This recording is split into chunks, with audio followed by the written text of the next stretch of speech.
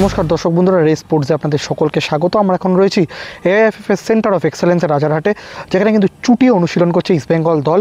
অনুশীলন চলছে এবং সেখান থেকেই একটা বড় আপডেট নিয়ে আপনাদের জন্য এলাম। আমরা ইতিমধ্যেই গতকাল জানিয়েছিলাম যে দিমান্তাকোস এবং জিকসানের একটুখানি অসুবিধা রয়েছে, তারা কিন্তু পুরোপুরি ফিট নন, তারা এখনও পুরোপুরি দলের সাথে অনুশীলন করছেন না। তবে আজকে কিন্তু খুব ভালো একটা খবর রয়েছে, যেখানে আমরা ক্লেটন সিলভারও কথা বলবো। ক্লেটন এবং দিমান্তাকোস দুজনেই কিন্তু পুরোপুরি ফিট, তারা কিন্তু মূল দলের সঙ্গে অনুশীলন করছেন, পাশাপাশি নন্দকুমারও মূল দলের সঙ্গে অনুশীলন করছেন। তাই ক্লেটন এবং দিমান্তাকোস দুজনে একসাথে পুরোপুরি ফিট হয়ে যাওয়া ইস্টবেঙ্গলের আক্রমণ ভাগ যে অনেকটাই ধারালো হবে সেটা এখনই আমরা বলে দিতে পারি।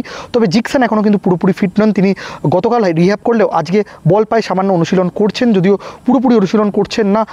এখনও একদিন বাকি রয়েছে, পরশুদিন ম্যাচ, তাই তিনি আগামীকাল পুরোপুরি ফিট হয়ে যান কিনা সেটা কিন্তু অবশ্যই আমাদের নজর থাকবে। তবে দিমান্তাকোস এবং ক্লেটনের ফিট হয়ে যাওয়া অবশ্যই কিন্তু ইস্টবেঙ্গল সমর্থকদের জন্য একটা খুশির খবর। পাশাপাশি নন্দও পুরোপুরি ফিট হয়ে গেছেন, তাই বলাই যায় ইস্টবেঙ্গলের আক্রমণ ভাগ কিন্তু অনেকটাই ধারালো হয়ে গেল। এআইএফএফ সেন্টার অফ এক্সেলেন্স থেকে সৌম্যজিৎ দে, রেস স্পোর্টস।